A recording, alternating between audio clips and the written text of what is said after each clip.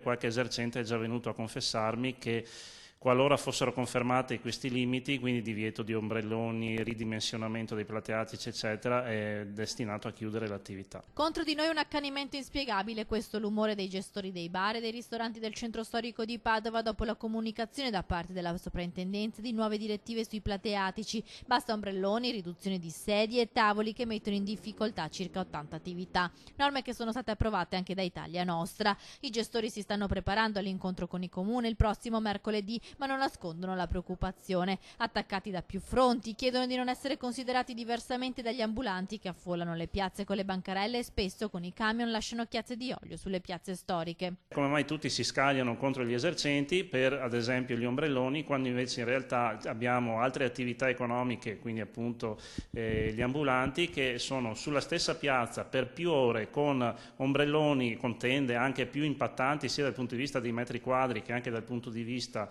estetico, sporcano, inquinano. Abbiamo visto anche delle macchie che lasciano di olio sul selciato della piazza, non devono sottostare alle stesse regole di inquinamento e quindi possono entrare in centro anche con furgoni più vecchi rispetto alle altre attività commerciali, per cui sinceramente non capiamo come mai ci siano due pesi e due misure. Gli esercenti portano ad esempio la gestione dei plateatici nelle grandi città europee, mostrano le foto scattate dal titolare di un bar padovano in vacanza a Parigi. Qui i plateatici non vengono demonizzati come a Padova, per di più dicono: noi siamo sottoposti alle regole della patente a punti, sappiamo bene come gestire con ordine le nostre attività. Mi sembra che gli esercenti siano un po' la causa di tutto, mentre in realtà sappiamo benissimo che non è così, come dimostrano i fatti.